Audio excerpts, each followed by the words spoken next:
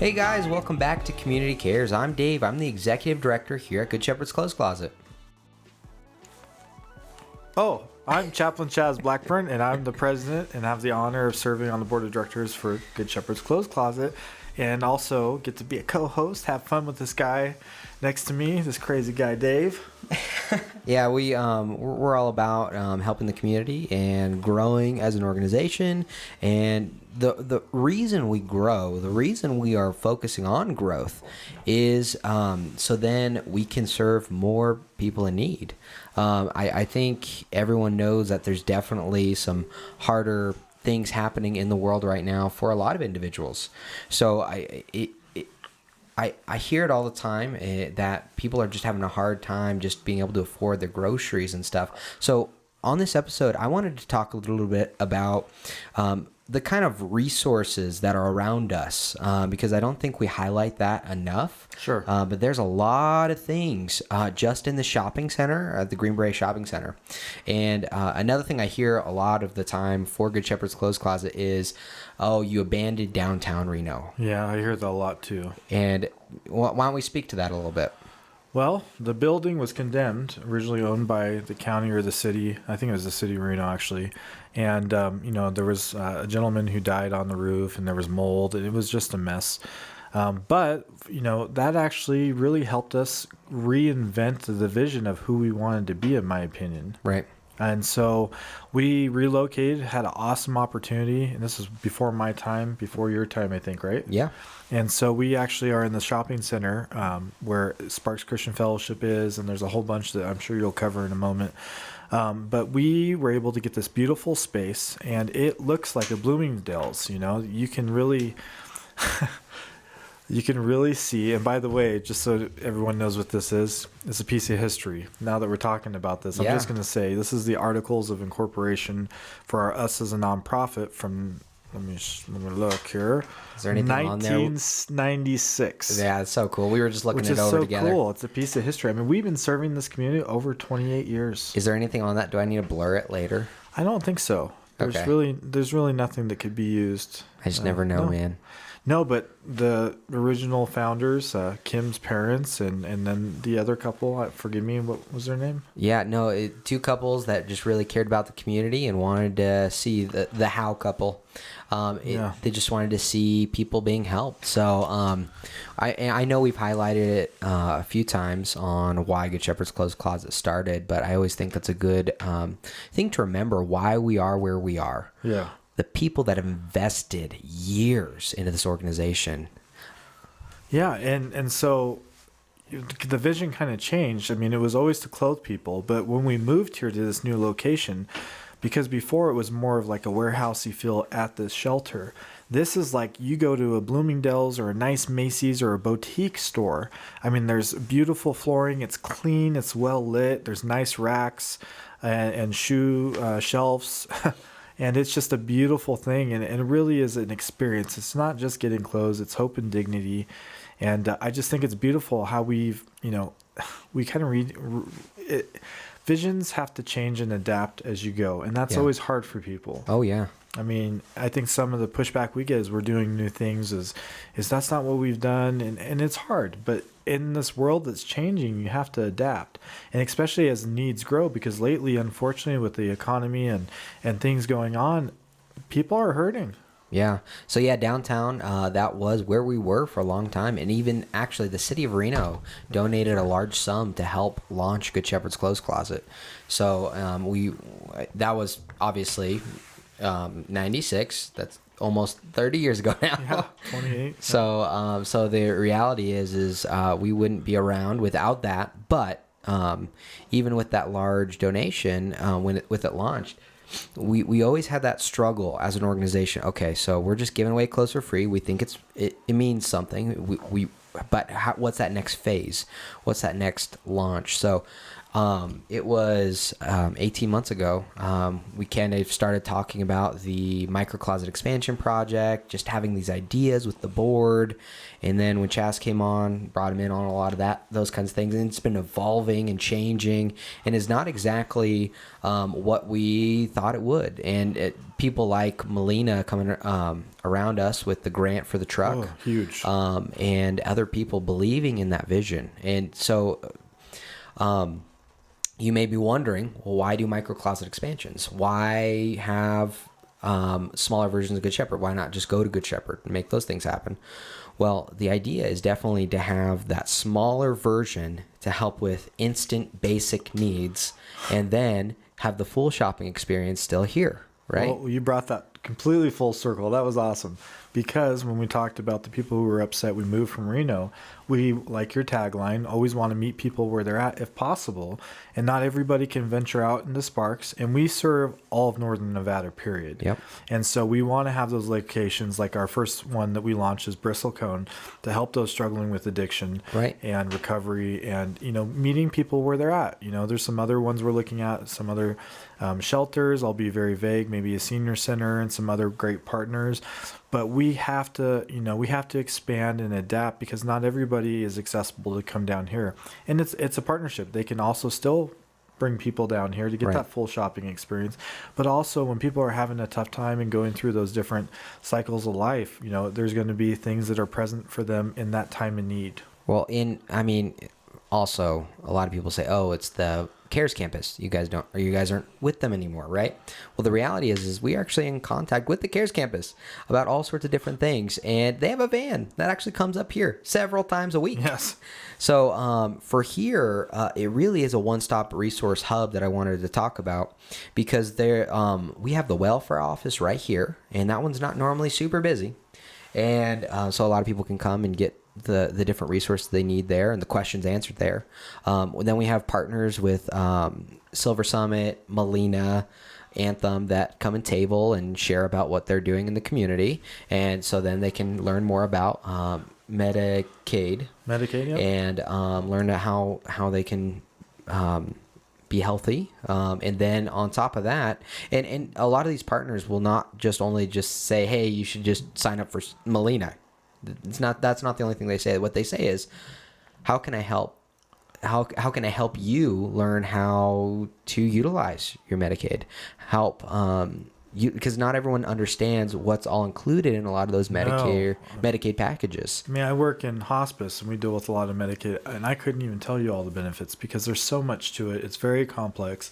So to have those people not just on a computer screen, but actually accessible in person Right. to answer those questions, it really helps make a difference. Yeah, our partners at Melina will definitely answer any questions you have, or Silver Summit or Anthem, and we're partnered with all of them.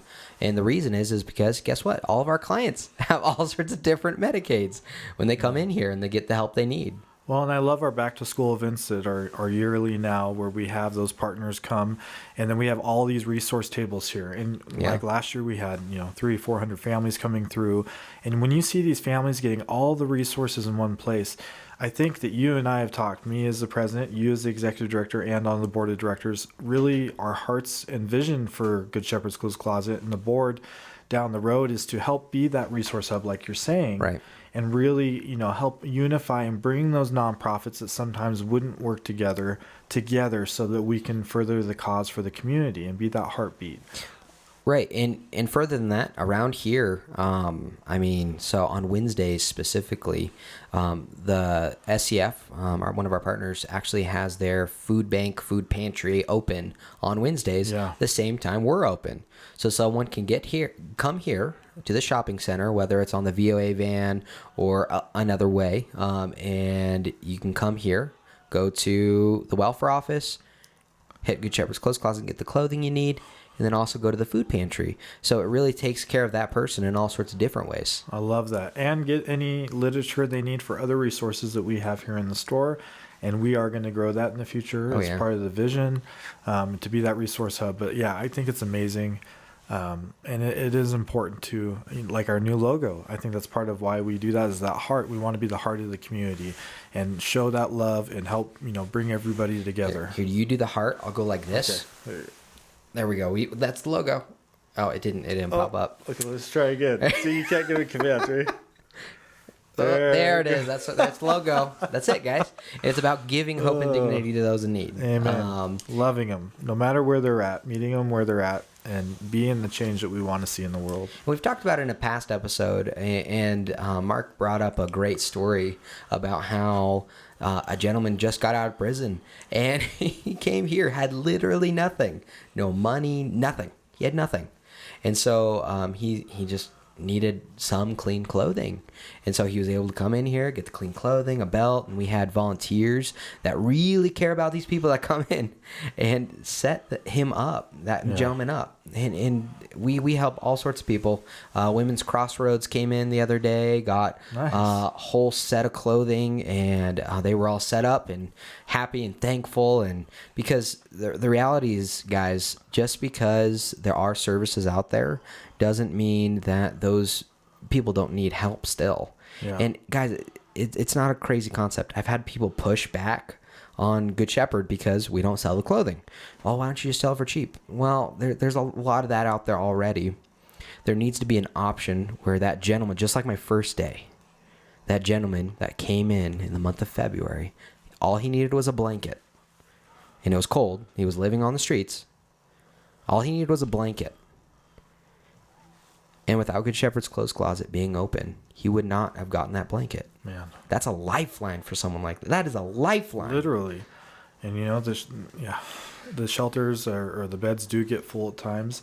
I know we just did a drive for renown, which thank you to the community back in winter when we had that big storm. And it was overwhelming. I mean, they had 50, 60 extra boxes of clothing. Right.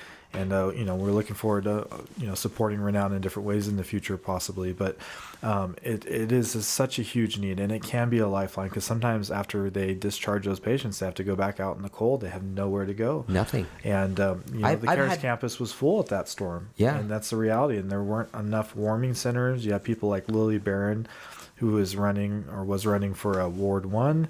And at that time, she is a part of an organization, I think, called Rise. And they were looking for a warehouse for $10,000 for 3 months. And they were going to pay the owners just to have a warm place for the overflow because the overflow was full. So it really, when you say it can be a lifeline, that is actually truly a true statement. I mean, it can be that.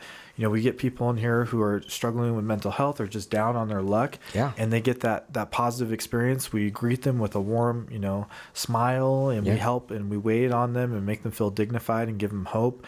The child that's being bullied at school, giving them some new shoes so that they can go and not feel so, less than of their peers. Yeah. I mean, those that saves lives. Oh, absolutely. Yeah. Bullying is such a big deal. And that's something I actually have written in several sponsorship letters we send out is, guys, having clean clothes without holes in it makes that child, that human being feel clean, look clean, and be clean. Yeah. I mean, and I on that same episode that we did a while ago with Mark, we talked about how that gentleman at the church where I was presenting, he came up, he gave me a big hug. I'm like, I don't know who you are.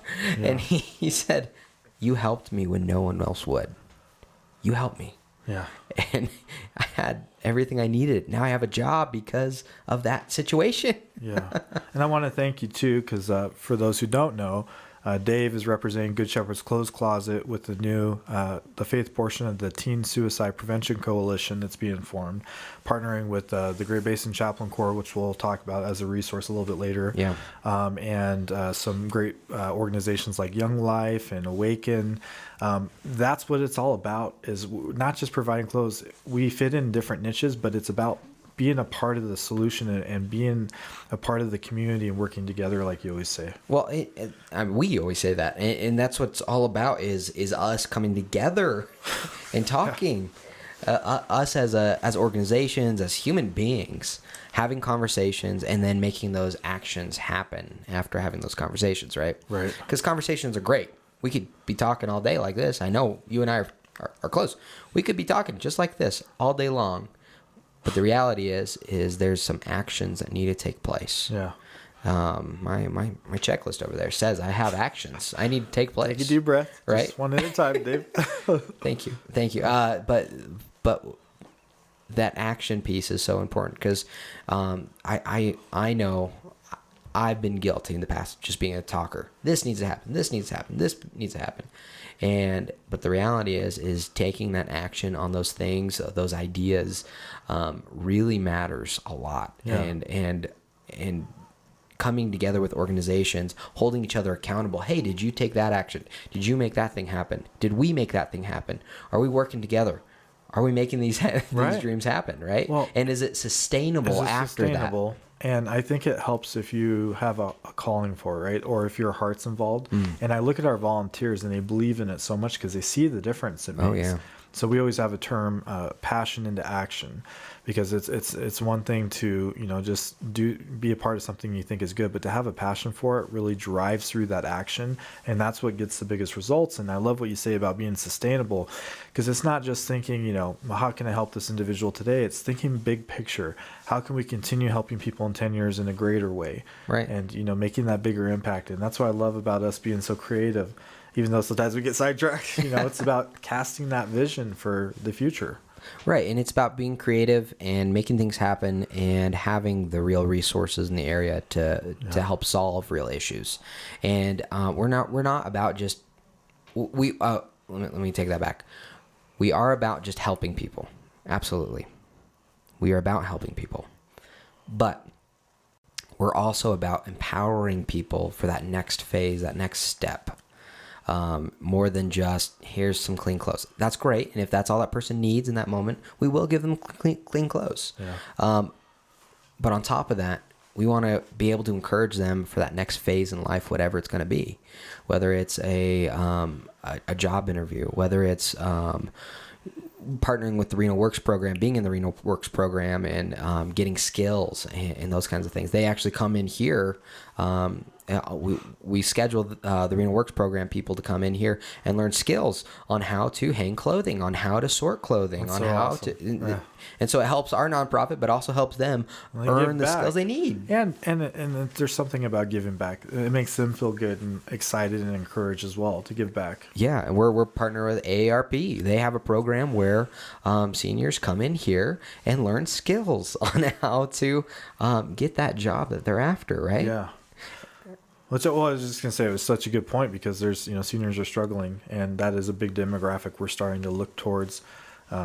Each year now we're participating in Older Americans Month in May and doing an event for City of Sparks, City of Reno, and Washoe County here at our location. But, just encouraging, all those demographics that might not have because like you said, there are resources out in the community, but there's a lot of populations and demographics that are missed. Yep. And it may not be that they wouldn't serve them. It's just the communication of making those demographics or those populations realize that those resources are there. Yeah. And that's why we want to, I think communication and having a podcast and getting other nonprofits involved, that is such an important feat that we need in our community. Yeah, and that's what the show is about, is those conversations. Yeah. And we've been doing it so we've had a great time doing this, for sure, and just having these conversations with other nonprofits on why they do what they do. How many times have we had people in here at Good Shepherd's Clothes Closet for our podcast, and we had no idea what they did? Yeah. We had no idea. We got to learn all about the organization and why they're doing what they're doing. It happens almost every show, to be honest with you. I learn something new almost every show, if not every show, that I didn't know about those organizations. Right. These are people that sometimes I've worked with, like you. Yeah. It's like, I didn't know that. I'm embarrassed after a year, or 2 years, 3 years. Oh, I know. So I want to ask you then, Chaz, you're obviously very involved in Good Shepherd. So I want to ask you, why do you support Good Shepherd? Why do you... What is that main vision? What's that main driving force behind you that lights that fire? Yeah, I think, for me, it's my faith, and we respect everyone's decision to have their own faith views and beliefs, and that's what makes America so great. But for me, I'm a Christian, and I believe in Jesus Christ as my Lord and Savior. And for me, when I read Scripture and I hear, take care of the least of these, and you took care of me, that's why I'm involved with hospice and end-of-life care. There's not very many vulnerable people more vulnerable than those at end of life. Yeah. And that's why I'm involved with the chaplain corps, serving those who are having suicidal ideations, or serving those who serve, those people, those first responders or veterans who are in crisis, and just providing support. I believe in providing those basic needs, which sometimes can be just presence and loving people. It can be, providing food for them or care at end of life. Another one is clothing. That is a basic human need that can make such a difference. And when somebody doesn't have a decent pair of clothes, their whole outlook can be thwarted in the darkness, And I think it's such an easy thing to say, hey, I don't care where you're from, who you are, what you're about.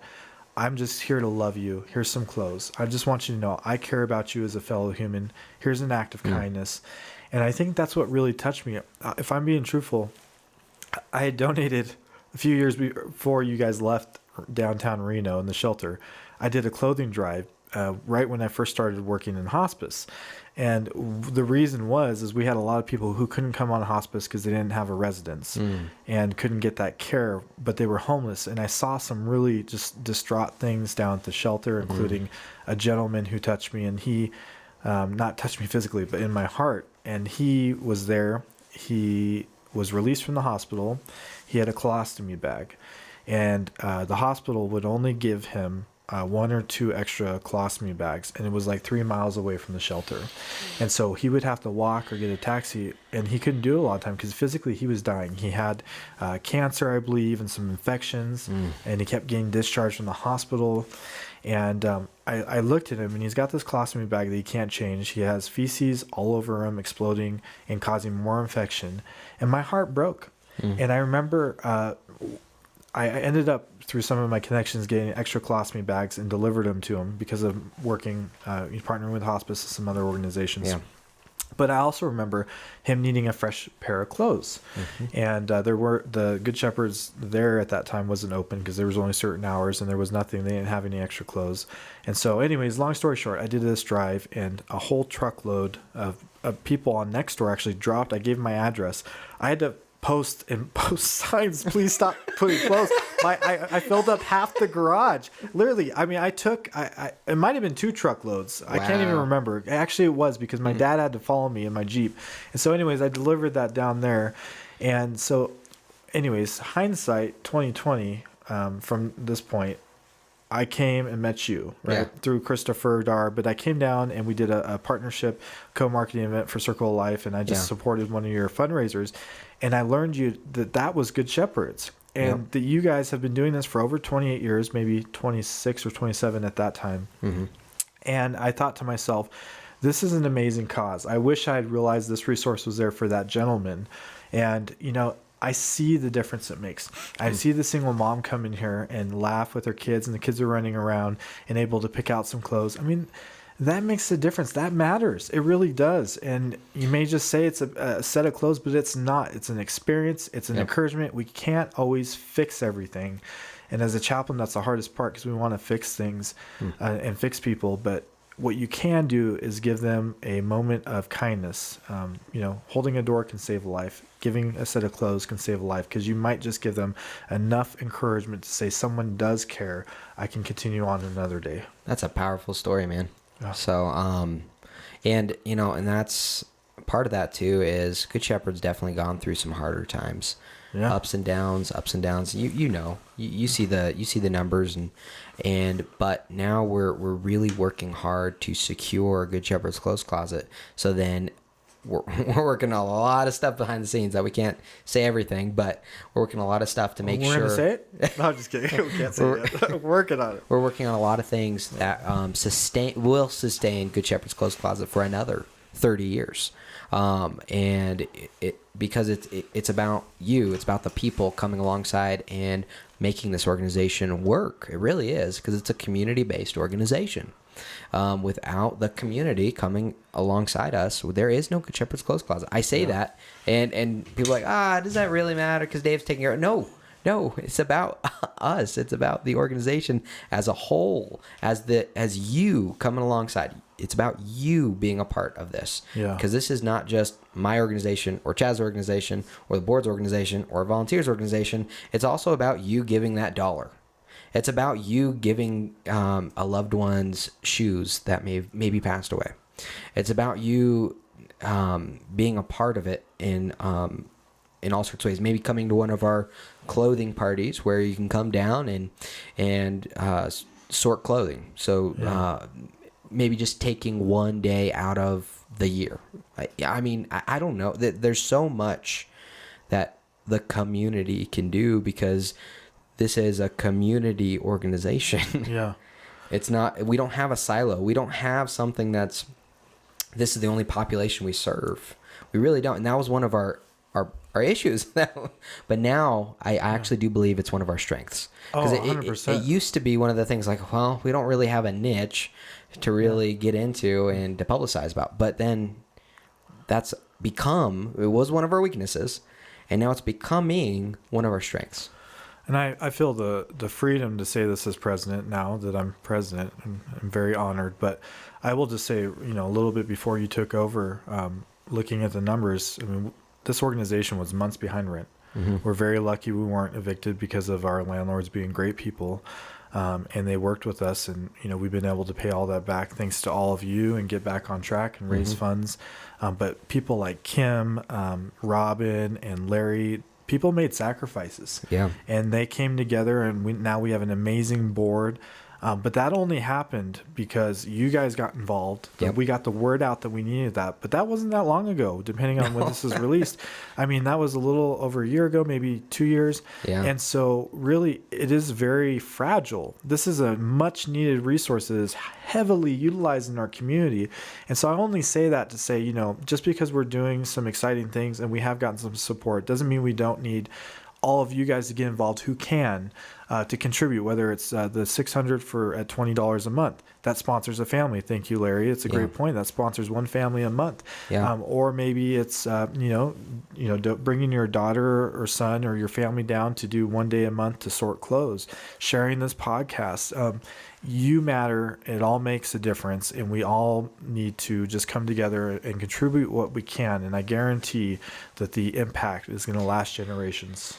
Yeah, I agree. And, and just telling a friend that, just Chaz, even just sharing that story, he had no real idea what Good Shepherd was at that point. And that breaks my heart because there was a resource for that gentleman. There was something to help him. But, a big part of our move and everything else that we've already talked about a little bit on the show was, being here has helped us a lot, being able to organize. And we had a board that really focused in at that time. It was pre-Dave and Chaz that really focused in on the organizational piece and said, no, we need to make sure that we don't have a big pile in the back that can't be sorted. We need those clothing on the floor. So they worked out on processes and stuff. So, huge shout out to Dale Anderson and other board member, Mary Anderson, and other board members that were a part of that process. Kept the mission and dream alive. So, and because I was able to walk in and the processes were there. The only thing as the new executive director that I really wanted to focus on was getting the word out. Because how many times, like your story, how many times people said, I have no clue. I've heard the name. I have no clue what is happening there. And when I walked in, I thought it was a nice, super nice, like boutique thrift store. And I was like, oh. And then I realized, the biggest piece that shocked me was we don't sell clothes. Nope. At all. Zero. And Zero. so it's $70,000 at thrift store prices. Like if you walked into Goodwill or Savers and bought $70,000 of clothes, we're over giving that much every single month. 100%. And then with the dignified shopping experience, there is no other organization like that. I'm sorry. Yeah. It is a beautiful thing. We have lots of great partners, but it is a one-of-a-kind mission, and our community needs that pillar. So we need to continue to move forward and strengthen the foundation and also start to grow and outreach into those micro closets that we're starting to launch, because that's, like you always say, going to meet people where they're at. Yeah, so definitely just share this with a friend, or you're sitting down with coffee. This is a great subject to talk about. Have you heard of Good Shepherd? Do you know what they do? They give away clothes for free. What, really? And that's a great conversational piece to have with your friends. It really is. And it's a fun cause to get behind. All of the events we're doing, all of the things that we're working hard to be out in the community. Yeah. That has been as executive director, that's been my push and will continue to be my push. Getting that word out continually until everyone knows what Good Shepherd's Close Closet is, because it matters. It really does matter, just having that knowledge of what this organization is about, and about how it doesn't matter who that person is. Whoever needs help, we'll help them. We will help them. And that's the idea. Yeah, absolutely. Well, this has been a great show. We were going to cover the Great Basin Chaplain Corps as a resource, but as you can see, we didn't even plan that. That's what I love about our podcast is it's conversational, and we just kind of talk. And I don't know if you could tell, but hopefully you could see our passion just talking about Good Shepherd's Close Closet. It took the whole show because we really believe in the cause. We see it. I don't see it every day, but I get to see it through hearing from you and when I am in the store. But it is truly remarkable. Please get involved. Please get behind us, and together we can accomplish really great things. Yeah, please visit getclosed.org for all the information, and you can always find us on Spotify, Facebook, Apple Podcasts, anywhere you get your podcast. Just type in Community Cares, we pop up. We help 700 people a month, no matter what. We're asking you to come alongside and help one. All right, guys, we'll see you later. Bye-bye.